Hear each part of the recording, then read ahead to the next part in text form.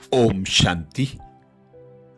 बाबा अनेक मुरलियों में हम बच्चों को वरदान देते, जो अभी स्वराज्य अधिकारी होकर रहेगा वही विश्व राज्य का अधिकार प्राप्त करेगा।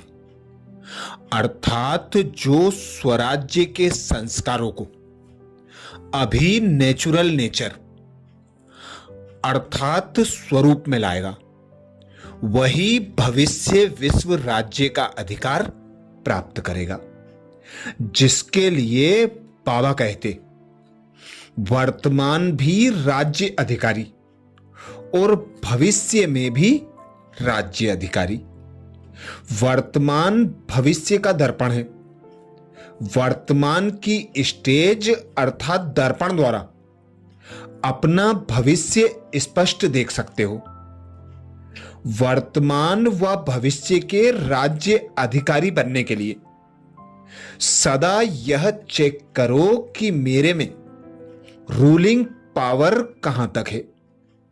पहले सूक्ष्म शक्तियां जो विशेष कार्य करता है उनके ऊपर कहां तक अपना अधिकार है। संकल्प शक्ति के ऊपर, बुद्धि के ऊपर और संस्कारों के ऊपर यह विशेष तीन शक्तियां राज्य अधिकारी बनाने में सदा सहयोगी अर्थात राज्य की कारोबार चलाने वाले मुख्य सहयोगी कार्यकर्ता हैं।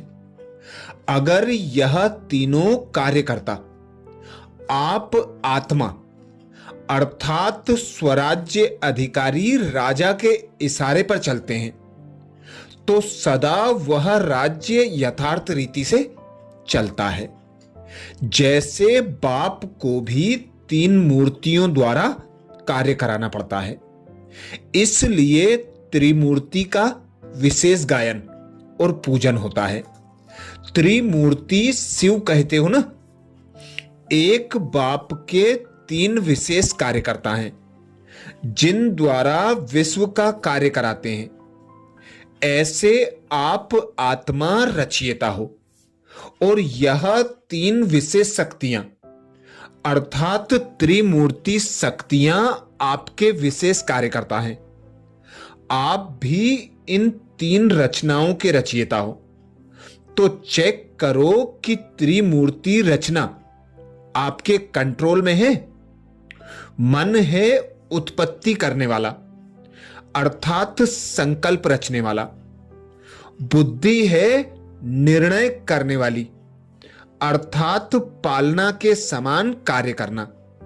संस्कार है अच्छा व बुरा परिवर्तन कराने वाला। जैसे ब्रह्मा आदि देव है वैसे पहले आदि शक्ति है। मन अर्थात संकल्प शक्ति।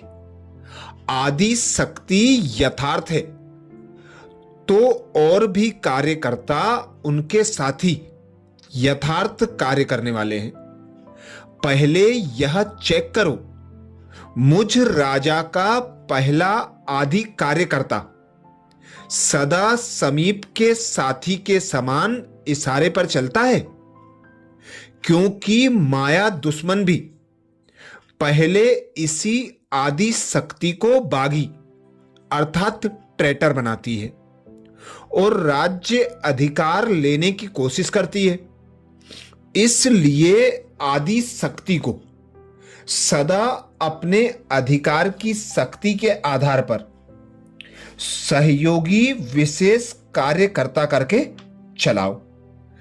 जैसे राजा स्वयं कोई कार्य नहीं करता है, करने वाले राज्य कारोबारी अलग होते हैं। अगर राज्य कारोबारी ठीक नहीं होते तो राज्य डगमग हो जाता है। ऐसे आत्मा भी करावनहार है। करनहार ये विशेष त्रिमूर्ति शक्तियां हैं।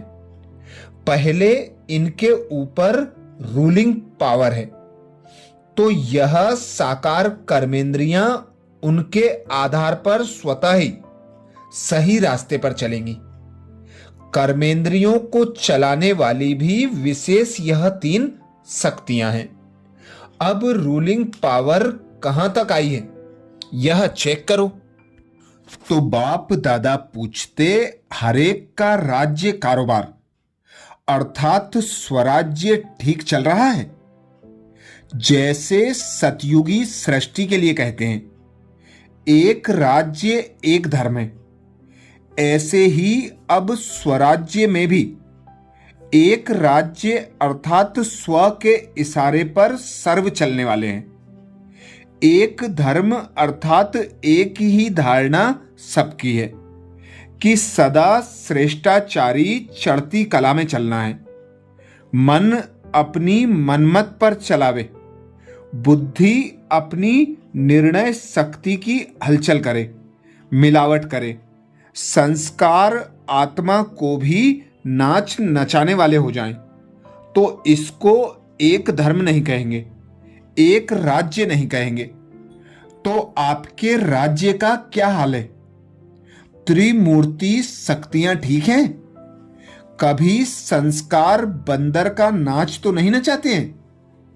बंदर क्या करता है? नीचे ऊपर छलांगे मारता है।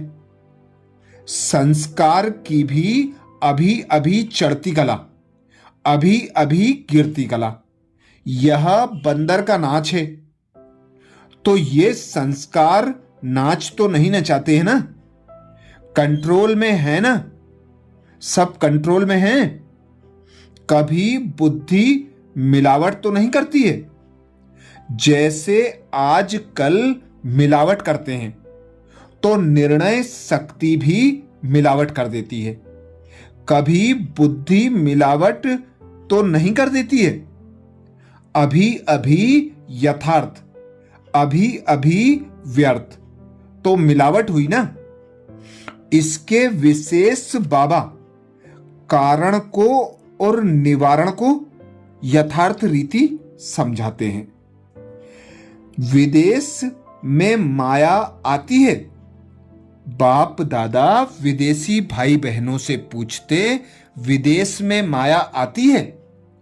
विदेशियों के पास माया नहीं आनी चाहिए, क्योंकि विदेश में वर्तमान समय थोड़े ही समय में ऊंचे भी चढ़ते और नीचे भी गिरते हैं। तो थोड़े समय में सब प्रकार के अनुभव करके अब पूरे कर लिए हैं। जैसे कोई चीज बहुत खाई जाती है तो दिल भर जाता है, वैसे विदेश में भी सब प्रकार का फुल फोर्स होने के कारण विदेश की आत्माएं अब इनसे थक गई हैं। तो जो थके हुए होते हैं उनको अगर आराम मिल जाता है तो बिल्कुल लेटते ही गुम हो जाते हैं, डीप स्लीप का अनुभव करते हैं। तो विदेशियों को माया ने थोड़े ही समय में बहुत अनुभव करा दिया है। अब क्या करना है? अब तो नई चीज की तलाश थी, वह मिल गई, फिर माया क्यों आवे? नहीं आनी चाहिए ना, फिर आती क्यों है? माया के पुराने ग्राहक हैं।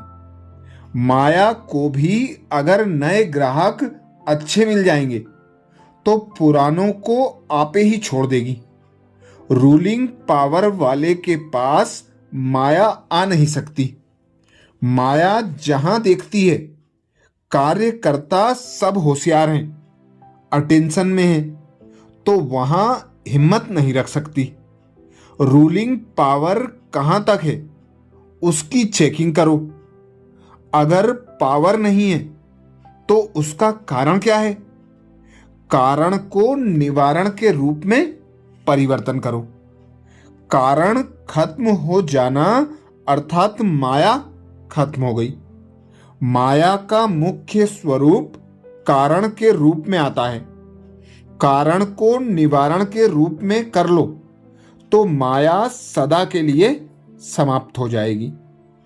आज तो मिलने आए हैं, मुरलियां तो बहुत सुनी, अब ऐसे मुरलीधर बनो जो माया मुरली के आगे न्योछावर अर्थात सिलेंडर हो जाए।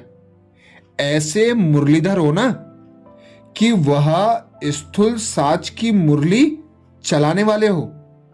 वह तो बहुत अच्छे चलाते हो, इसमें भी मुरलीधर बनो। माया को सरेंडर कराने की मुरली। यह साज भी बजा सकते हो ना। साज बजाने का मेजोरिटी को शौक है। जिस समय भी कोई साज बजाओ उस समय यह सोचो कि माया जीत बनने के राज का साज भी आता है। यह राज उस समय बाप दादा कहते, यह राज का साज अगर सदैव बजाते रहो तो माया सदा के लिए सरेंडर हो जाएगी। ऐसे साज बजाना आता है। विदेशी भी पदम गुणा भाग्यशाली हैं। दूर से आते हैं लेकिन चांस भी पदम गुणा मिलता है। जितना देश वाले वर्ष में लेते हैं उससे ज्यादा विदेशियों को थोड़े समय में प्राप्त होता है। विशेष पालना मिल रही है। अच्छा, तो ऐसे ही विशेष बाप दादा के महावाक्यों को सुनने के लिए बाबा के चैनल को सब्सक्राइब करें और वीडियो को ज्यादा से ज्यादा बीके भाई बहनों को शेयर करने की सेवा जरूर करें। अच्छा, ओम शांति।